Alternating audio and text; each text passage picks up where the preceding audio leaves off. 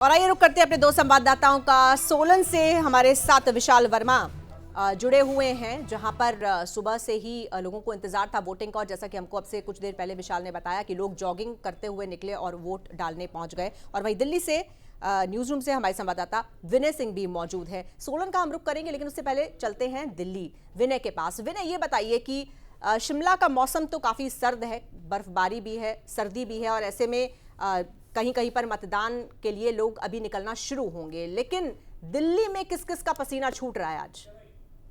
देखिए, बिल्कुल मौसम शिमला में ज़रूर ठंडा है, लेकिन जिस तरह से चुनाव है उसको लेकर दिल्ली में जो तपिश है वो देखने को मिल रही है। और चूंकि बीजेपी और कांग्रेस यहाँ पे दोनों पार्टियों के जो दिग्गज हैं उनको हमने हिमाचल में चुनाव प्रचार करते हुए देखा, वोट की अपील करते हुए देखा। बाकायदा जो बीजेपी के राष्ट्रीय अध्यक्ष हैं जेपी नड्डा, वो पिछले जब से चुनाव की तारीखों का ऐलान हुआ है तब से वो हिमाचल में डेरा लगाए हुए हैं और उनको हर तरह की जो सीट है वहाँ पे वोट मांगते हुए देखा गया है, हर तरह की सभा में वोट मांगते देखा गया है। तो वहीं कांग्रेस की तरफ से खुद प्रियंका गांधी मैदान में रही, उन्होंने चुनाव प्रचार किया और दोनों पार्टियों के सामने लक्ष्य है। बीजेपी की बात करें तो बीजेपी चाहती है, बीजेपी का मिशन रिपीट लेके चल रही है, यानी कि सत्ता में फिर से वापसी।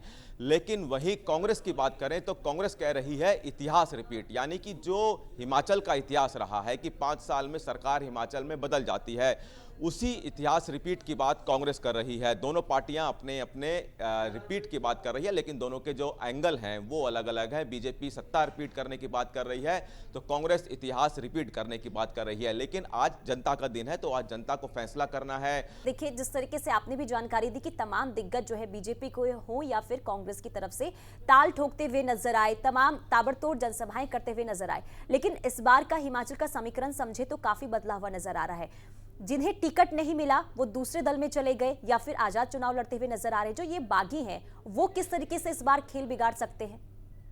देखिए, दोनों पार्टियों की बात करें, बीजेपी और कांग्रेस, तो उनको जहां जनता से वोट की अपील है तो वहीं अपने ही नेताओं जो कि खासतौर पे बागी हो चुके हैं, या तो निर्दलीय लड़ रहे हैं या फिर अपनी पार्टी बदल कर लड़ रहे हैं, उनसे भी खतरा है। और इससे भी ज्यादा खतरा उन लोगों से है जो बशर्ते बागी हो गए हैं लेकिन पार्टी में बने हुए हैं, खुल के मुखर नहीं हुए हैं लेकिन भीतरगात वो जरूर कर रहे हैं। ऐसे लोगों से दोनों ही पार्टी को खतरा है। तो इनको भी किस तरह से मैनेज किया है अभी तक इन दोनों पार्टियों ने, ये देखना होगा कि आज क्या रुझान रहता है, किस रुख यहाँ पे इन बागियों का रहता है, क्योंकि अपने लोगों की तरफ से ज्यादा नुकसान पहुंचाया जाता है, ये इतिहास रहा है। और मतदाताओं को रिझाने के लिए तो जरूर दोनों पार्टियां ने मेहनत करी है, सड़कों पे दिखे हैं, लेकिन अपने बागियों को समझाने के लिए भी दोनों पार्टियों ने काफी मेहनत की। कुछ मान गए, कुछ नहीं माने।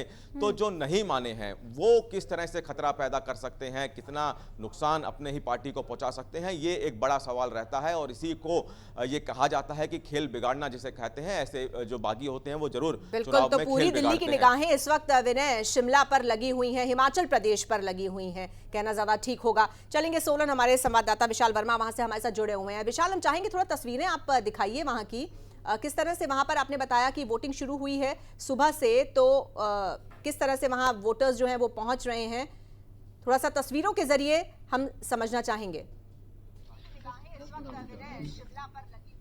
जी बिल्कुल, जैसा आपने कहा था कि जयराम जी ने भी ट्वीट किया है कि पहले मतदान उसके बाद जलपान, और ऐसा ही नज़ारा यहाँ पर देखने को भी मिल रहा है। वोटिंग शुरू हो चुकी है और इस समय हमारे साथ जो पहली वोट कास्ट करके आया वो भी इस समय हमारे साथ हैं। आपने वोट डाल दी है? हाँ जी, मैंने वोट डाल दी है और हमने बहुत सरकार चुनी है जो विकास करे। बिल्कुल, इनका कहना है ये अपने मतदान का प्रयोग कर चुके हैं और इन्होंने ऐसी सरकार को चुनना है जो इनका विकास कर सके।